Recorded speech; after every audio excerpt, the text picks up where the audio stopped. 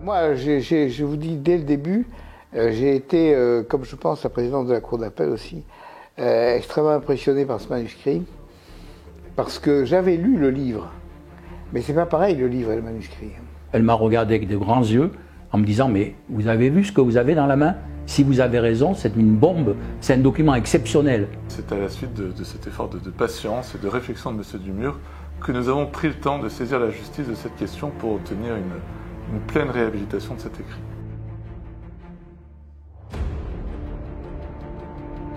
Pendant 17 ans, ma vie de famille a été modifiée. Alors on peut dire ce que l'on veut, mais on ne sort pas intact de cette affaire-là.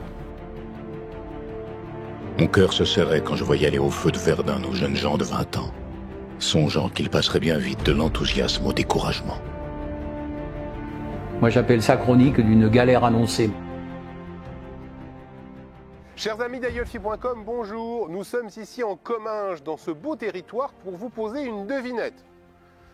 Une valise, un manuscrit historique de la plus haute importance, oublié depuis près de 100 ans, un maçon italien, un maréchal de France et 17 ans de procédure. Quel est le rapport entre toutes ces choses?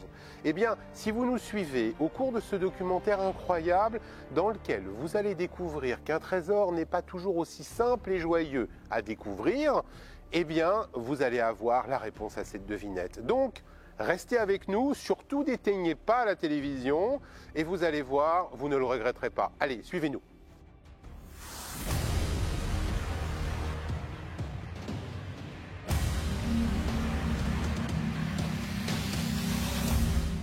Nous sommes en 1998 et Jean-Jacques Dumur s'installe avec sa femme en Comminges.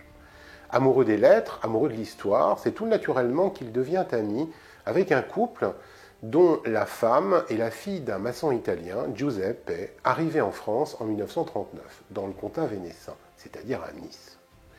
Et ce couple parle souvent à Jean-Jacques d'un manuscrit extraordinaire, d'un manuscrit oublié, d'un manuscrit secret, mais tellement secret qu'il n'arrive pas à remettre la main dessus. Lorsqu'en 2006, son ami décède, c'est tout naturellement qu'il décide d'aider Nicolina à retrouver et à trier les archives de son mari. Étant donné que j'ai été militaire pendant 28 ans, il m'a demandé de l'aider à trier un fonds d'archives où il y avait beaucoup de documents militaires. Et à la fin de ce tri, on m'a sorti une petite valise sur laquelle il y avait un nom marqué François Verdier. Et dans cette petite valise, il y avait deux choses qui m'ont mis à genoux, comme on dit. Il y avait un manuscrit exceptionnel, 350 pages, très gros volume, un seul titre, très court, la guerre mondiale 14-18, et puis il y avait un deuxième document. Et c'est un petit peu aussi le côté magique de l'histoire, c'est qu'il y avait un deuxième document. Ce deuxième document, c'était le boucher de Verdun. Et il a été écrit par Louis Dumur. Et moi, je m'appelle Dumur. Donc je me suis retrouvé devant une valise dans laquelle il y avait deux documents qui pouvaient que retenir mon attention. Ancien officier, Jean-Jacques Dumur possède parfaitement l'histoire militaire de son pays. C'est pourquoi il décèle quasiment immédiatement que ce manuscrit ne peut avoir été réalisé que par une personne très importante. Et cette personne très importante, c'est Philippe Pétain. La propriétaire du manuscrit, qui était la femme d'un de ses amis, personne âgée, et qui avait besoin d'argent, et à qui son père avait remis ça en disant « garde-le précieusement ». Son père était maçon, et dans les Alpes-Maritimes, et donc il avait travaillé dans la maison de Pétain, et on pense que c'est comme ça qu'il l'avait récupéré, enfin on pense. Ce manuscrit était, pour la propriétaire, censé raconter l'histoire de la résistance. Ça aurait pu être logique, puisque la valise était marquée François Verdier, que François Verdier, c'était un résistant bien connu à Toulouse. Mais quand j'ai ouvert le manuscrit et que j'ai vu la première page, j'ai tout de suite compris qu'il ne s'agissait pas de ça. Il s'agissait d'un document extrêmement bien documenté sur toute la guerre de 14-18, sur cette fameuse guerre mondiale. Et je appuie sur mondiale parce que une des caractéristiques de ce document, justement, c'est qu'il traite de la guerre mondiale. On ne s'arrête pas au théâtre européen, on va jusqu'en Afrique, on va jusqu'en Chine. Et j'ai été époustouflé, ce document. Puis à la dernière page, un portrait m'a arrêté mon attention. Ça avait été collé, alors personne ne sait ni par qui ni quand ça a été collé, mais il y avait un portrait du maréchal Pétain. Voilà comment je me suis retrouvé, non pas seulement face à un manuscrit, mais face à l'histoire. Voilà, je suis monsieur tout le monde qui s'est pris en 2006 en plein visage l'histoire de France, fait au moins une partie de l'histoire de France. Philippe Pétain, le vainqueur de Verdun. Philippe Pétain, l'image tutélaire de la Première Guerre mondiale. Philippe Pétain dont l'histoire se termine si différemment. Les jurés ont parlé. Oui, Pétain est coupable. Oui, Pétain mérite la mort. Et lorsqu'on trouve un manuscrit comme celui-là, d'une telle importance, comment fait-on? Qu'est-ce qui se passe? C'est ce que vous allez découvrir tout de suite. Un document trouvé dans une valise étiqueté François Verdier. Bon, c'est déjà tout un questionnement. Et ce qu'il fallait surtout essayer de comprendre, c'est quelle est la nature de ce manuscrit. Qu'il soit dans une valise, bon, on apprendra après par les déclarations de Marc Ferraud ou que beaucoup d'objets appartenant au maréchal Pétain ont été trouvés de manière fortuite et quelquefois dans une valise, d'autres fois dans des malles. Mais bon, moi je me suis retrouvé avec un document que, immédiatement, j'ai authentifié comme au moins écrit par un des grands commandants de la guerre de 14. Avoir le texte, comme ça, l'autorité du texte, si on peut dire, et la clarté, ainsi que le caractère extrêmement précis et sec du propos, je lui ai dit, moi je ne doute pas du tout que ce soit l'œuvre du maréchal Pétain, mais moi j'ai une expertise très fouillée là-dessus et qui est non plus sans aucune hésitation. Il suffit de regarder la deuxième page ou la troisième page, le premier croquis, pour s'apercevoir que pour écrire ce genre de texte, avec autant de détails, autant de précision sur les fronts, la position des régiments, l'heure de déclenchement des attaques, les résultats, et surtout illustré par 77 croquis de bataille, il faut être quelqu'un du milieu. Et il faut être quelqu'un du milieu bien informé, à la limite du confidentiel d'ailleurs. C'est une prouesse, à mon sens, de réussir sur quelques centaines de pages, sans rature, à exposer avec une telle hauteur de vue, une telle clarté, toutes les batailles et tous les théâtres d'opération de la Première Guerre mondiale, et sans être du tout expert graphologue. Il me semble que le bon sens nous montre que ce ne peut être que quelqu'un qui connaît intimement les événements, qui les a même supervisés, conduits parfois, qui peut produire un tel écrit. Donc pour moi, il n'y avait aucun doute, c'était écrit par un des grands commandants de la Première Guerre mondiale. En 1913, alors que Pétain commande le 33e régiment d'infanterie stationné à Arras, un jeune lieutenant se présente. Ce jeune lieutenant s'appelle Charles de Gaulle. Adieu mon appartement, mes livres, mes objets familiers. Comme la vie paraît plus intense, comme les moindres choses ont du relief quand peut-être tout va cesser. Et Pétain, vieux colonel, car il a été vu dans tous ses grades, va prendre cet officier en affection. Une affection d'autant plus importante qu'il va immédiatement déceler en lui les qualités d'un très grand chef. Ils partent ensemble à la guerre, puis De Gaulle va être blessé, et il retrouve Pétain après la Première Guerre mondiale. Pétain, toujours ébloui par les hautes qualités intellectuelles de ce qu'il considère quelque part comme son élève, va le faire venir dans son cabinet militaire. Et c'est alors que Pétain a une idée. Il a envie d'écrire un livre, il a envie de faire travailler son état-major à l'écriture d'un livre qui s'appelle « L'histoire du soldat français à travers les âges ». Et c'est à De Gaulle qu'il va confier cette responsabilité. Sauf que les égos des deux hommes vont se frotter jusqu'à finir par se détester. C'est donc au départ une querelle de plumes, une querelle d'écrivains, qui va faire que ces deux hommes vont s'éloigner. Et il semble que le manuscrit que Jean-Jacques Dumur a trouvé puisse avoir quelque chose à voir justement avec cette brouille entre Pétain et De Gaulle, et c'est ce que nous allons découvrir tout de suite. Là, on a affaire à un littéraire avec De Gaulle. On a affaire à quelqu'un qui a deux projets. Un sous-tendu, on le sent bien, c'est un homme qui va certainement quitter sa peau d'officier pour devenir plus politicien. Nous croyons que l'honneur des Français consiste à continuer la guerre aux côtés de leurs alliés. Et on a affaire à un vieux soldat qui, lui, ne quittera jamais son uniforme. Il faut choisir. Les chefs rebelles ont choisi l'émigration et le retour au passé. On en a un qui est prêt à romancer les choses et l'autre à en rendre compte. Vous vous rendez compte la différence entre les deux termes? Un va être un romancier, avec toutes les qualités que ça impose, et l'autre va être quelqu'un qui rend compte. Et donc on va retrouver quelqu'un qui va écrire comme un officier d'état-major. Il ne va pas essayer de se mettre en valeur, il ne va pas essayer de mettre en valeur quiconque, il rend compte. C'est pour ça qu'il va jusqu'à en rendre compte, même sur les théâtres qui sont bien extérieurs au théâtre européen. Et il va s'adjoindre, pour faire ce travail-là, quelqu'un qu'il connaît depuis longtemps, depuis bien avant, et qui a cette capacité d'être un littéraire. C'est le commandant Charles de Gaulle. Il va prendre Charles de Gaulle avec lui, il va le faire muter dans son état-major, et il va travailler avec lui sur ce projet. Et ce projet-là, ça va très mal se passer. Ça va durer plusieurs années où il va y avoir que des affrontements. Pourquoi? Parce qu'ils ont deux visions, comme on dit, différentes de la chose. L'un rencontre, l'autre romance. Et ça va créer des distances entre ces deux hommes qui se connaissent très bien, qui sont très liés. Encore une fois, il y a l'écriture, et puis il y a aussi le style.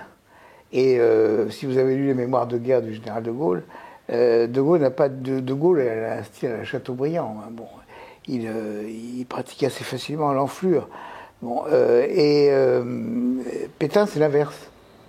C'est ce qui a été d'ailleurs l'un des problèmes de leur querelle littéraire. Tous les historiens sont d'accord en disant que c'est à cause de ça que va commencer le drame entre ce duel terrible entre Pétain et de Gaulle, qui va les séparer jusqu'à la fin de la Deuxième Guerre mondiale et bien après la Deuxième Guerre mondiale. Ça séparait les deux hommes et une partie des Français.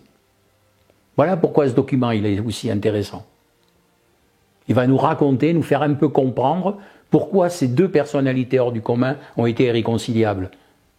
Il suffit de lire les œuvres de Gaulle, vous lisez la guerre mondiale 14-18 vue par Pétain et vous avez tout de suite compris. L'un est un militaire, l'autre est un littéraire. Je me retrouve avec ce document, mais d'où il vient? Donc traçabilité. Quelle est son importance historique? C'est en a une, donc enquête historique. Et ensuite, comment en faire une preuve de cette existence, de ce manuscrit que tout le monde va juger trop extraordinaire pour être existant? Souvent, les objets épousent les travers de leur temps. Si bien que, quand une époque est troublée, la découverte des objets ou leur transmission est aussi troublée que l'époque qu'ils ont connue. La traçabilité, ça m'a demandé tout simplement de plonger aussi dans les souvenirs de la famille détentrice. Ce qui nous a permis de remonter jusqu'à cette histoire aussi rocambolesque de ce maçon italien qui quitte l'Italie en 1939. Lui dit que c'est pour fuir Mussolini, d'autres membres de la famille vont dire que c'est plutôt pour fuir une espèce de mafia. C'est compliqué, l'histoire des familles est pleine de secrets, celle-ci aussi. Finalement, ce maçon italien se retrouve en 1939 en France. Et il se retrouve en France, dans le comté de Nice. Si on connaît son propriétaire immédiat, ou en tous les cas son détenteur, car est-on jamais propriétaire des objets que l'on a? Eh bien, on n'arrive pas à déterminer la traçabilité de ces manuscrits, c'est-à-dire à savoir exactement comment il est arrivé entre les mains de celui qui l'avait encore il y a peu de temps. On se perd en conjectures. Madame Charby-Lescat, qui a été chargée de mener toute l'enquête graphologique, a trouvé dans les archives nationales des papiers prouvant que Madame Pétain, à Villeneuve-Loubet, avait fait des demandes de naturalisation pour certains ouvriers italiens qui travaillaient dans la villa. Ça voulait bien dire qu'une communauté italienne était présente à Villeneuve-Loubet dans les années 39-40. En tous les cas, ce qui est certain, c'est que Philippe Pétain avait plusieurs points d'attache. L'un de ces points d'attache était le square de la Tour-Maubourg, son appartement de fonction à Paris, dont on sait que la maréchale Pétain y a récupéré peu de choses, puisque le mobilier national est venu récupérer tout ce que Pétain possédait à la suite de sa condamnation pour indignité. On sait que tout ce qu'il y avait à Vichy a été également récupéré et est arrivé dans les archives de l'État. Il reste un endroit, et cet endroit, c'est l'Ermitage. L'Ermitage, c'est cette maison qu'il a achetée en 1920, près de Nice, à Villeneuve-Loubet, et où il pensait passer sa retraite, son Ermitage.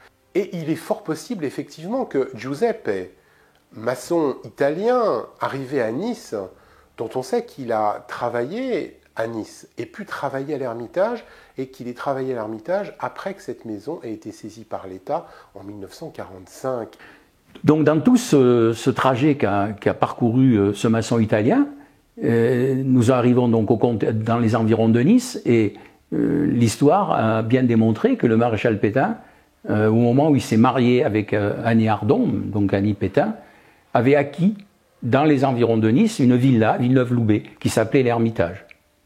Donc la présence de maçons italiens à proximité de l'Ermitage devenait tout à fait plausible.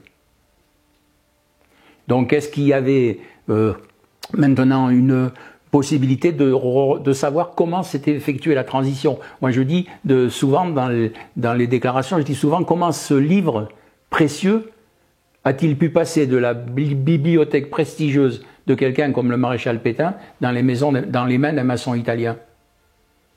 Donc la question est posée et il y a 36 réponses possibles. Celle qui paraît la plus plausible serait une histoire de troc. C'est ce que la famille a beaucoup raconté. C'est-à-dire que à l'époque, on est en 45 maintenant, le maréchal Pétain a connu ses déboires, a été condamné. Personne n'a envie de parler de Pétain comme étant quelqu'un de proche et éventuellement quelqu'un auprès de qui on était plutôt favorablement placé. Donc il a fallu se débarrasser aussi peut-être d'une partie des souvenirs qu'on aurait pu avoir. Ce manuscrit a certainement été troqué. Il a été troqué et peut-être intelligemment aussi, parce qu'il a été troqué avec quelqu'un qui ne lisait pas le français. Donc il s'est retrouvé propriétaire, ou tout au moins dépositaire d'un manuscrit, racontant une guerre, dans une langue qu'il ne comprenait pas, et de manière assez technique.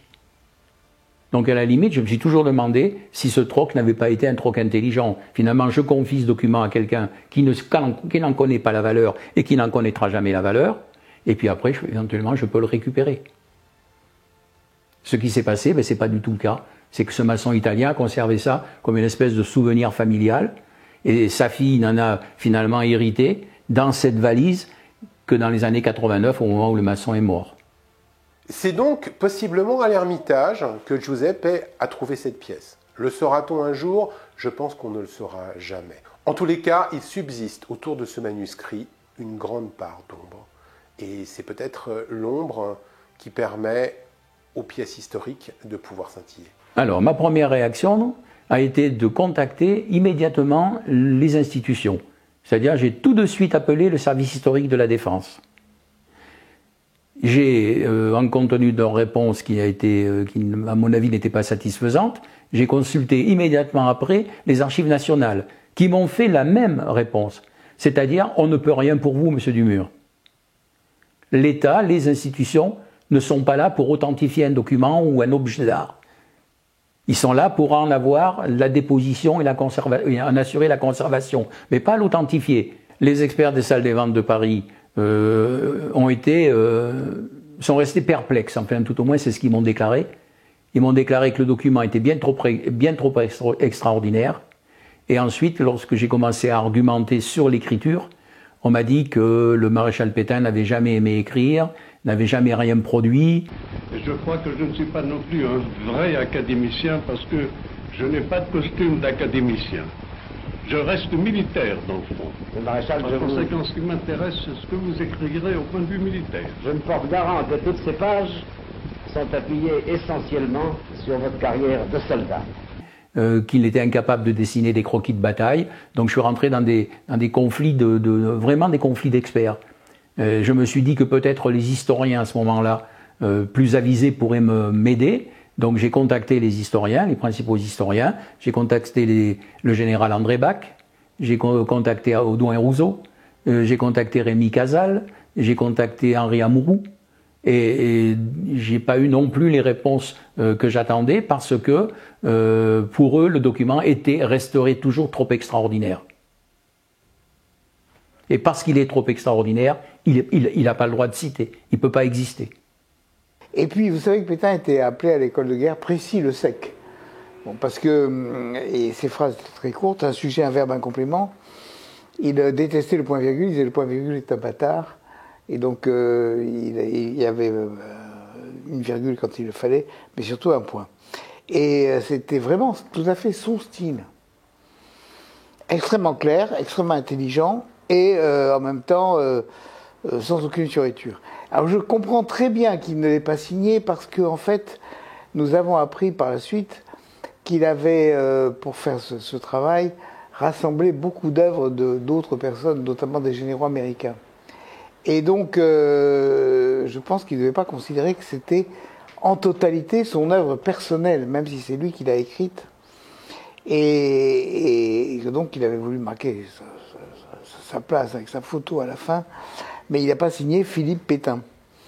Et puis c'était un homme extrêmement discret en fait, donc il n'avait pas envie de se mettre en avant. Je n'aime pas beaucoup ça, vous savez qu'on parle beaucoup de moi. Tout le monde désire connaître quel a été Oui, le fond de ma pensée. le fond de votre pensée et le fondement de votre existence. Oui. On avait affaire à un personnage, un vieux soldat déchu, qui d'un seul coup se retrouvait donc démuni de toutes les qualités foncières qu'un maréchal de France devait avoir, y compris cette compétence militaire qui lui permettait, dès 1897, c'est la date à laquelle il a passé un brevet d'aérostier, d'être capable de lire, de dessiner et d'interpréter une cartographie à des fins militaires. Non seulement il y a voilà, ce récit, mais ces cartes absolument prodigieuses de précision et de clarté. Et je dirais voilà, que à mon humble point de vue, c'est surtout ces cartes et la clarté sur les événements qu'elles donnent que j'en aurais retenu. Donc pourquoi ce monsieur qui était finalement ensuite officier d'état-major, qui a été responsable de cours à l'école de guerre, pourquoi ce monsieur était-il incapable de lire et dessiner des cartes? Et en plus, il s'avère que à la position qu'il avait au moment où on a pu dater le manuscrit, c'est-à-dire entre 1919 et 1921, il était suffisamment bien placé pour pouvoir avoir toutes les aides nécessaires qui lui permettaient de collecter tout un tas de documents et de notes qu'il allait faire comme à son habitude, eh bien prendre à son compte, corriger, polir, lisser et lui donner le style particulier qu'on appelle le style Pétain.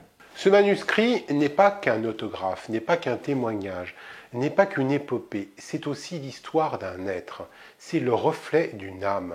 Et ces quelques lignes vont nous permettre d'en découvrir beaucoup sur un homme, et cet homme, évidemment, c'est Philippe Pétain. Pétain a écrit ce manuscrit pour des raisons toutes simples maintenant, parce qu'on le sait, puisqu'on a retrouvé l'année dernière en Angleterre la preuve de ce que je vais vous expliquer maintenant, c'est-à-dire que Pétain en 1919 était conservateur du château de Chantilly. Il avait été élu comme conservateur du château de Chantilly. Et simultanément, il y a un officier anglais, le colonel Repington, qui était un attaché militaire, qui est venu en France sur une mission du War Office pour travailler sur la Grande Guerre. Il a demandé à rencontrer les responsables politiques, donc Poincaré, et les maréchaux. Et parmi ces maréchaux, il a rencontré Pétain à Chantilly. Ça se passe le 9 juin 1919. Et là, nous avons le colonel anglais, qui est reçu par Pétain. Ils mangent ensemble, et à la fin du repas, Pétain va lui montrer, lui confier un document qu'il est en train de réaliser. C'est le manuscrit de la guerre mondiale 1914-1918. Repington le décrit, puisqu'il a écrit 2 ouvrages majeurs sur la guerre de 14. D'ailleurs, je crois que c'est lui qui est l'inventeur de la Grande Guerre, du terme qu'on dit la Grande Guerre. Je crois que c'est lui qui, la guerre mondiale, je crois que c'est lui qui a commencé à en parler en premier. Eh bien, il a écrit 2 livres, dont un en 1920, et dans les pages de ce manuscrit, il raconte cette anecdote, ce repas avec Pétain. Il raconte cette découverte étonnante de ce manuscrit. Il parle de cette armée de rédacteurs qui donnait un coup de main à Pétain. Donc finalement, pourquoi il l'a écrit? Ben simplement parce que je crois qu'il avait, comme les autres grands commandants, comme Joffre, comme Foch, il avait envie d'écrire ce qu'il avait vu et ce qu'il avait à dire sur la guerre de 14. Ce qui est remarquable dans l'écrit de Pétain, c'est que, comme je vous l'ai dit tout à l'heure, il parle de la guerre mondiale.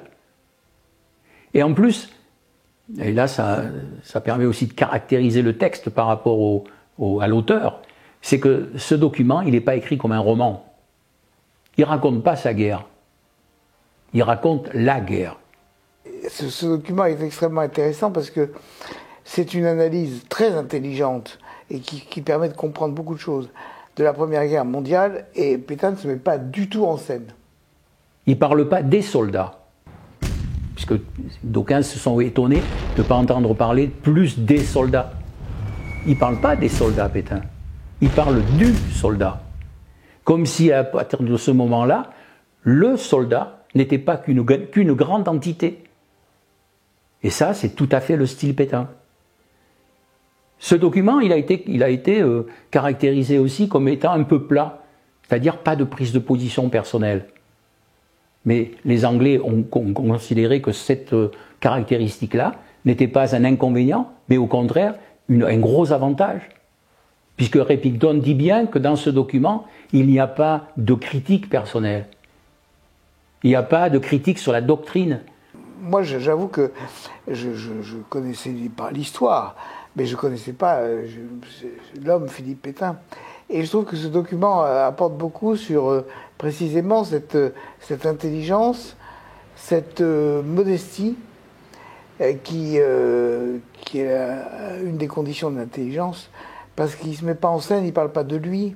On perçoit simplement à travers les écrits, les batailles racontées, les sacrifices peut-être inutiles.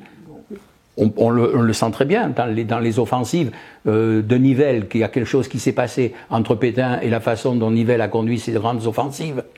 Donc à travers ce manuscrit, bien sûr, que ça raconte la guerre de 14. Alors, est-ce que ça apprend grand-chose sur la guerre de 14? Sûrement pas. Il y a eu des dizaines et dizaines d'écrits sur la guerre de 14. Ce que manuscrit nous démontre, c'est quelle était la personnalité de l'auteur. Quel est ce monsieur qui s'est permis d'écrire ce que le général Bach appelait un pensum. Un pensum, c'est quelque chose de lourd. C'est quelque chose qu'on donnait presque comme une punition à l'IA. C'est pas ça.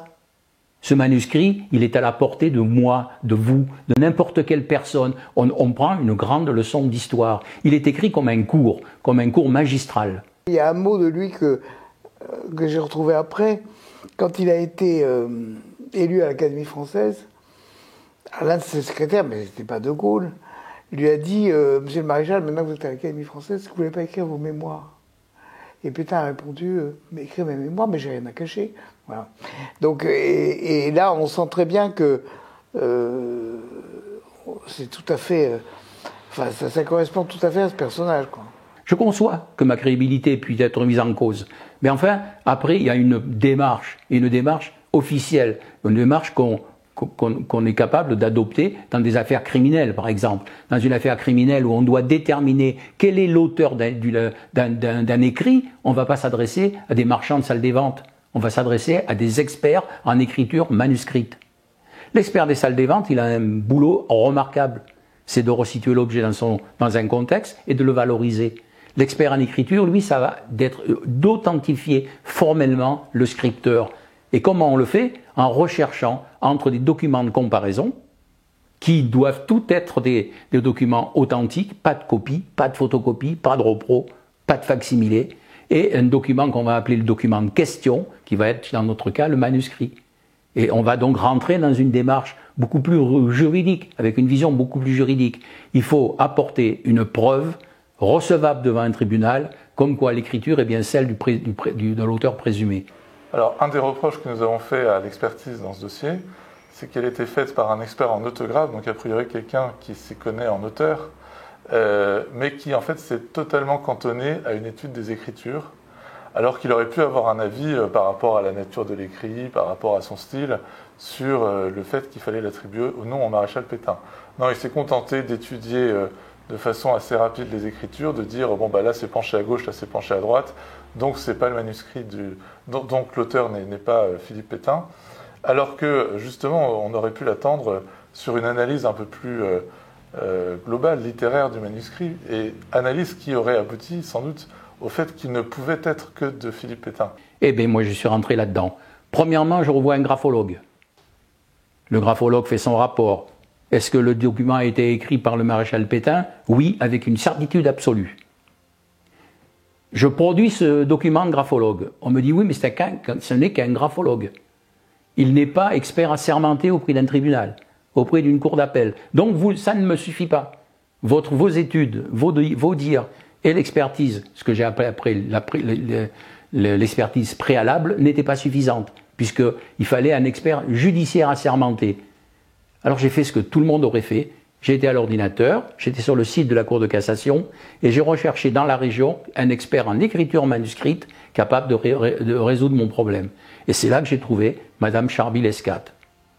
Je lui ai présenté le document, elle m'a regardé avec de grands yeux en me disant « Mais vous avez vu ce que vous avez dans la main ?» si vous avez raison, c'est une bombe, c'est un document exceptionnel. Ben, je dis, je pense que oui. Elle m'a dit, je ne peux rien vous dire, il me faut l'étudier, selon une méthode d'ailleurs reprise par la police scientifique, puisque là on a affaire à un expert assermenté. Elle a une méthode qui doit être reconnue devant un tribunal, donc c'est la fameuse méthode Chou.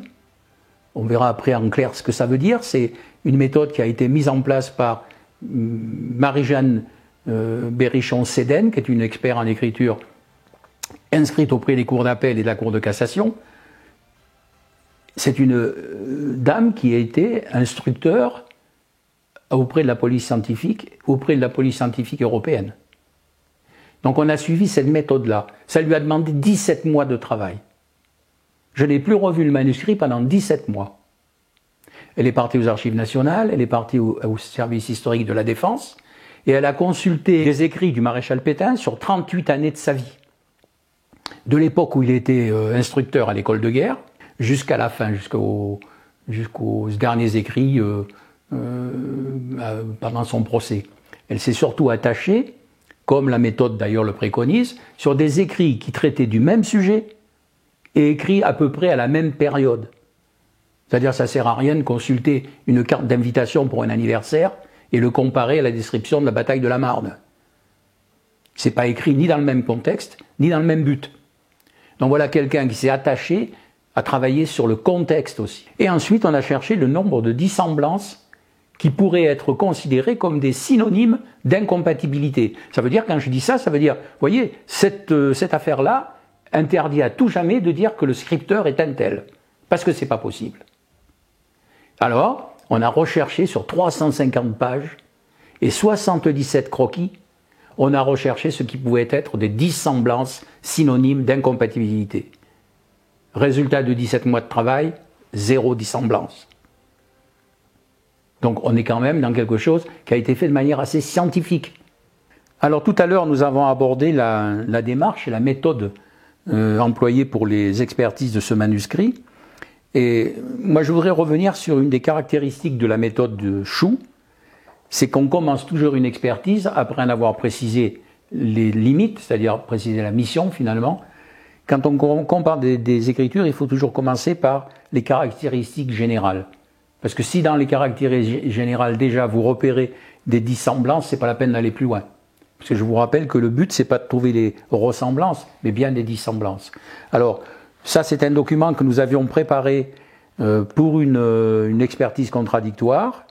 Et vous voyez que dans ce texte, alors là sont annexées toutes les conclusions du rapport d'expertise. Et on a essayé de faire coller dans les différentes démonstrations les détails qui correspondent à ce rapport d'expertise. Ici, par exemple, vous avez une petite étude sur l'inclinaison de l'écriture, sa prise de l'espace. Donc vous voyez qu'on a calculé au degré près les écritures d'un document authentifié et d'une page du manuscrit. Alors je vous précise que là, il s'agit d'une page de manuscrit, mais qu'on n'a pas forcément choisi sur le CD. Parce que là aussi, si c'est pour choisir des pages qui nous donnent raison, ça ne sert à rien. Parce qu'on va se retrouver forcément en face de quelqu'un qui va vous dire « vous l'avez fait exprès, vous avez choisi les pages qui vous arrangent ». Donc autant jouer le jeu directement et prendre des pages quelconques du manuscrit puis chercher ce qu'on a trouvé, quoi. Donc vous voyez qu'on a étudié là l'inclinaison, prise de l'espace, les interspaces entre les lettres et les mots. Si on va plus loin, là entre le même document et les mêmes documents de comparaison, on a cherché les dissemblances en comparant des calques de lettres ou de phrases entières, parce que là on parle de phrases entières aussi. Alors certains contradicteurs m'ont dit que ça pouvait être une écriture imitée, mais attendez, on n'imite pas une écriture sur 350 pages. On n'imite pas. On m'a parlé des faux carnets d'Hitler en disant oui, mais ça a déjà été dit, ce que vous dites est sur les faux carnets d'Hitler. Alors, évidemment, il y a eu des faux carnets d'Hitler faits par un faussaire. Mais la caractéristique de l'écriture d'un faussaire, c'est qu'elle est constante. C'est-à-dire qu'on va toujours retrouver le même dessin de la lettre B. On va toujours trouver le dessin de la lettre Q. Si c'est un document authentique, essayez d'écrire 3 fois le même mot. Vous allez avoir des variations dans votre écriture. Et si vous retrouvez ces variations d'écriture dans votre document de comparaison, c'est que c'est vous qui l'avez écrit. Donc c'est ce qu'on a fait ici. on a essayé de rechercher le dessin de lettres dans un contexte un peu différent. Voilà. Donc, vous voyez que ce sont des résultats d'études quasi scientifiques. Allez, on va aller plus loin. Une expertise en écriture ne s'inscrit pas dans le domaine de la croyance ni de la pensée. Une expertise doit s'inscrire en toute objectivité avec la fourniture de preuves juridiquement opposables. Alors, une autre critique du document qui m'a été faite aussi, c'est qu'il n'était pas signé. C'est un document qui est sans aucun aspect personnel. C'est l'un des arguments de l'expert, entre guillemets, que s'était choisi Sotheby, était de dire, mais Pétain ne parle pas du tout de lui. Et donc ça ne doit pas être lui. Et en fait, c'était un argument à contrario, c'était un argument absurde, qui se retourne parce que Pétain, précisément, ne parlait pas de lui. Et ce document est extrêmement intéressant parce que c'est une analyse très intelligente et qui permet de comprendre beaucoup de choses de la Première Guerre mondiale, et Pétain ne se met pas du tout en scène. Ben oui, il n'est pas signé. Il n'est pas signé parce qu'on ne signe pas ce genre de travail. Par contre, dans le manuscrit, l'auteur, le maréchal Pétain, se cite 7 fois. Alors regardez, pour quelqu'un qui soi-disant est égocentrique, il a écrit sa guerre de 14 en ne se citant que 7 fois.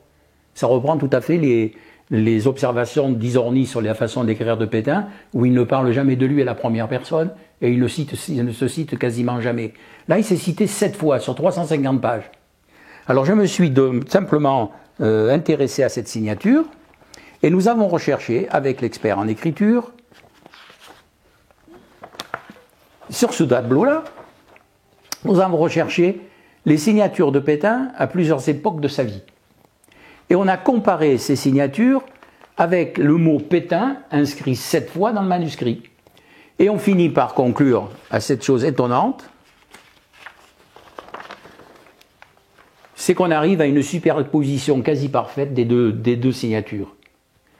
Alors évidemment, il y en a une, c'est une griffe, donc il y a forcément un paraphe là, ce trait prolongé est typique d'un paraphe, alors que l'autre il écrit son nom naturellement. Donc on ne trouve pas le N avec ce paraphe à la fin. Mais toutes les autres lettres sont caractéristiques. Et on a tout, le dessin des lettres, l'espacement entre les lettres, il y a tout.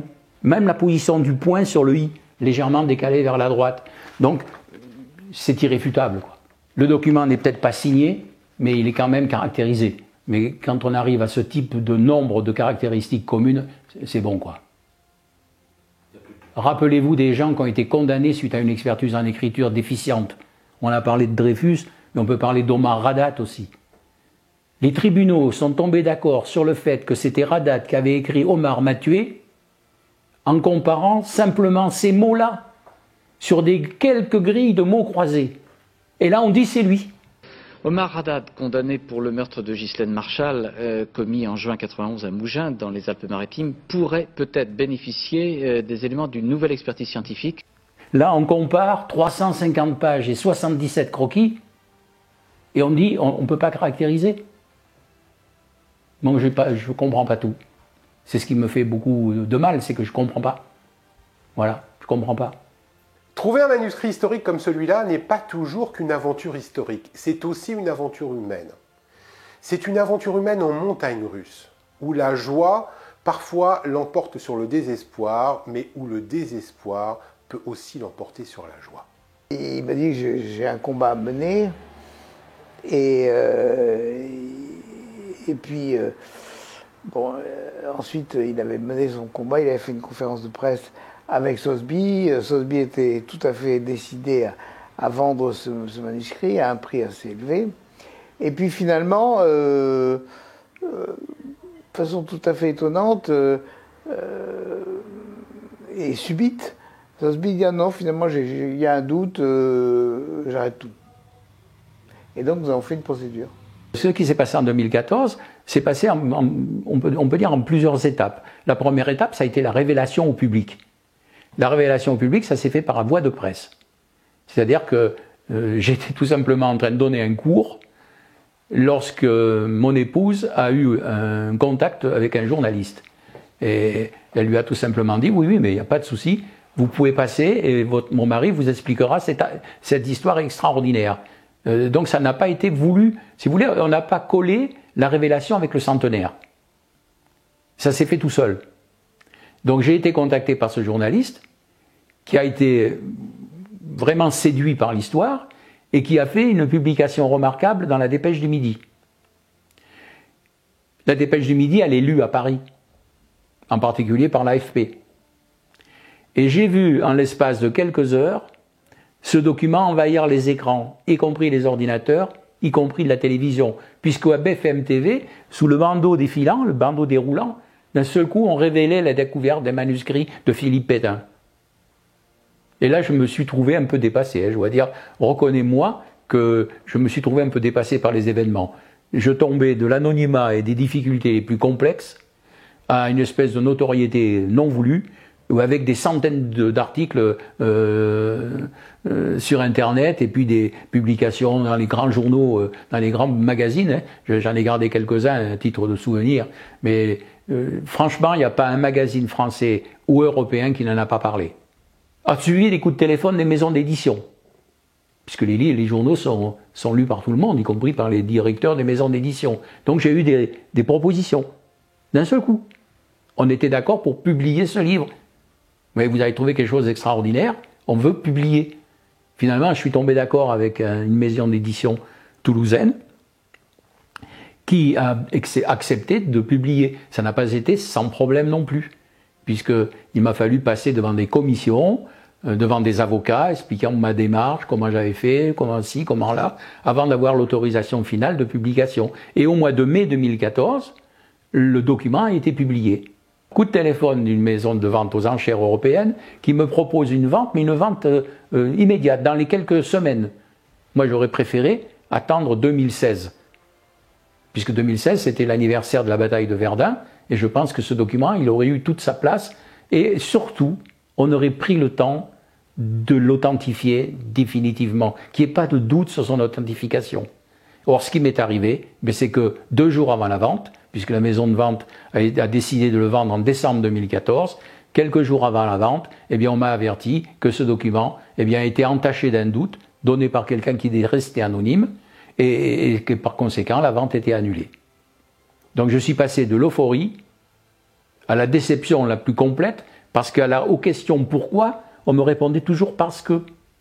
Mais la bataille juridique qui commence en 2014 va poursuivre, va être le prolongement finalement de la querelle d'Espère. C'est-à-dire qu'on va se retrouver avec un dossier argumenté, avec un dossier étayé à partir de plusieurs expertises, expertise préalable faite par un graphologue, expertise judiciaire par l'expert assermenté, et une expertise que j'avais demandée en 2017 à un monsieur qui est bien connu dans l'identification des documents historiques, du cabinet Honoré d'Urfé, et qui lui a étudié l'affaire sous deux angles. D'abord, il a expertisé le manuscrit, mais en plus il s'est penché, un peu comme s'il avait fait le rôle d'un juge de la Cour de cassation. Il s'est penché sur les expertises qui avaient déjà été produites, et il a analysé les arguments. Et là, il me dit, ça ne tient pas la route, il n'y a pas de souci. Il n'y a pas de souci pour vous, il faut aller au bout. Donc ce qu'il fait, c'est que j'ai constitué avocat. C'est Maître Trémollet de Villers qui a accepté de me défendre, tout simplement pourquoi ? Parce que quelques heures après la vente, j'étais encore dans le train, il m'a téléphoné pour me demander si je voulais participer à une émission radiophonique dans laquelle il intervenait dans le cadre de l'histoire, de la mémoire, et il voulait que je raconte cette histoire-là. Donc il était parfaitement au courant. Depuis décembre 2014, il était parfaitement au courant de toute cette affaire. Et moi, je lui ai confié le dossier en 2017. Ce qui fait qu'il a accepté de me défendre. Nous avons gagné en appel et ensuite gagné en cassation. Alors l'histoire juridique de cette affaire, c'est d'abord un procès devant le tribunal où Sotheby dit moi j'ai suivi les conseils de mon expert, et le tribunal dit en substance Sotheby a suivi les conseils de son expert, donc et dans le contrat qu'elle avait avec M. Dumur et Mme Gattuso, propriétaire du manuscrit, il y a évidemment la clause d'une expertise et d'une possibilité pour Sotheby de se retirer si elle a un doute suffisant, enfin suffisamment établi. Et donc, il n'y a pas de faute de Sotheby, et donc nous sommes déboutés. Je vous rappelle. Et devant la cour d'appel, tous replaident, puisque c'est la règle. Et là, je vois une magistrate, la présidente, qui suit avec énormément d'attention les débats, et qui a été tout à fait, j'avais dit, saisie par le manuscrit. À un moment de l'audience, je lui ai dit, madame, je vais vous remettre le manuscrit, parce que finalement, nous parlons d'une chose que vous n'avez pas vue, il faut le voir.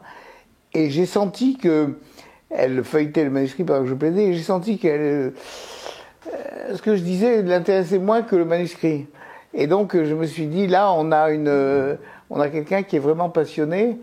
Et donc, la Cour d'appel a rendu un arrêt très savant, dans lequel elle indique que, en fait, l'expertise, la soi-disant expertise produite par Sotheby était pas suffisante pour combattre l'expertise extrêmement savante que produisait Monsieur Dumur. Et dans ces conditions, elle a estimé que le tribunal s'était trompé et donc a retenu la responsabilité de Sotheby et a confirmé par là même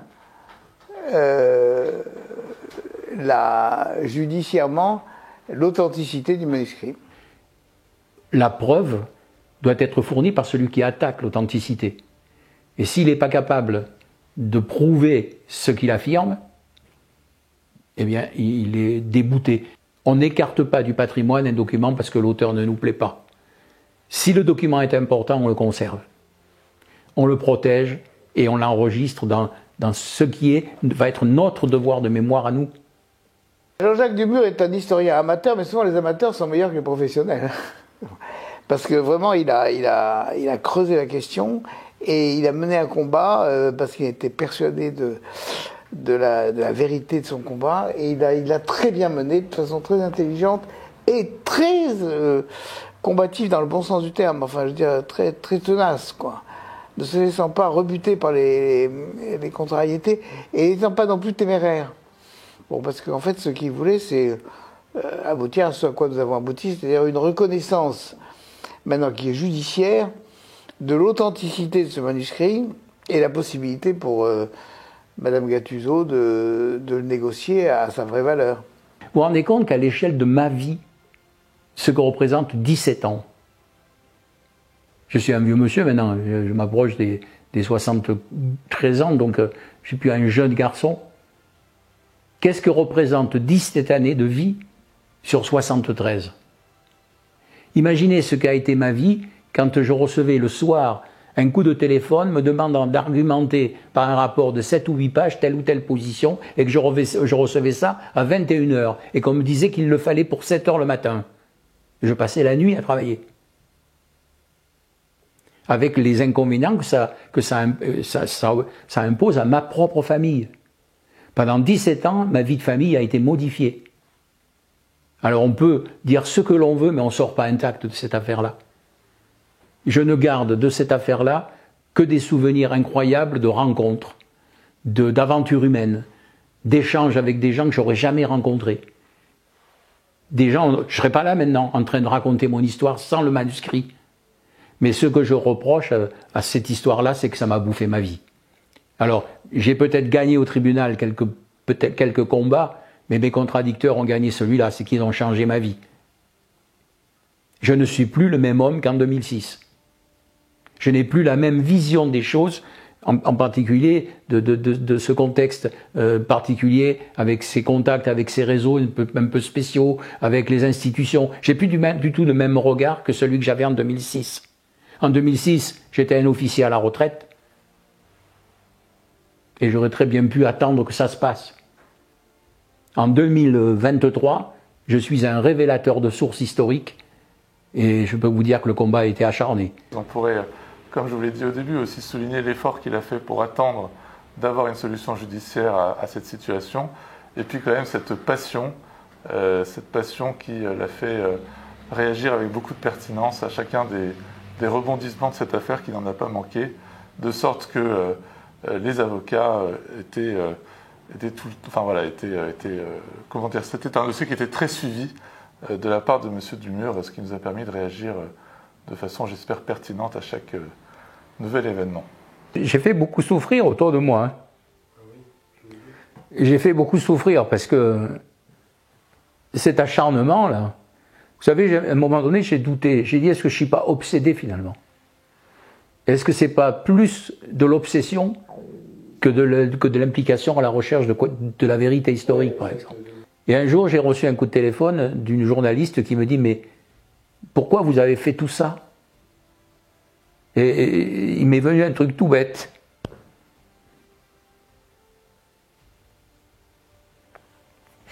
J'ai une toute petite fille, à l'époque, elle avait 5 ans.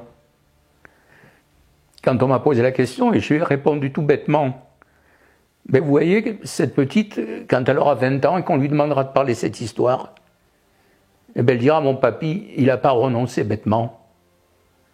Et je pense que c'est une leçon qu'on peut donner. C'est peut-être aussi l'héritage de ma formation d'officier. On ne renonce pas. Et ça fait partie des choses aussi, qu'entre militaires, on se raconte beaucoup. On ne renonce pas. Voilà. Mon devoir était de révéler une source historique dont l'importance est susceptible de rentrer dans le patrimoine, de le faire rentrer dans le patrimoine. C'est un devoir imposé par la loi. J'ai fait mon boulot. Voilà, j'ai fait mon devoir. Chers amis, nous voici arrivés au terme de ce voyage dans l'histoire, et je vous remercie d'y avoir participé. J'espère que ce documentaire vous a autant intéressé qu'il nous a plu de le réaliser. Nous avons trouvé des gens assez extraordinaires, nous avons trouvé une pièce incroyable, nous avons remonté l'histoire avec vous. Et maintenant, je vous donne rendez-vous le 12 décembre à l'Hôtel des Ventes de Nice, sous le marteau de Maître Agathe Voisin, pour faire en sorte que l'histoire, encore une fois, continue. Et pour assister à la vente de ce manuscrit incroyable. En tous les cas, c'est sûr, c'est certain, ce manuscrit est sorti de l'ombre, il a rejoint la lumière et l'histoire n'a pas fini d'en parler.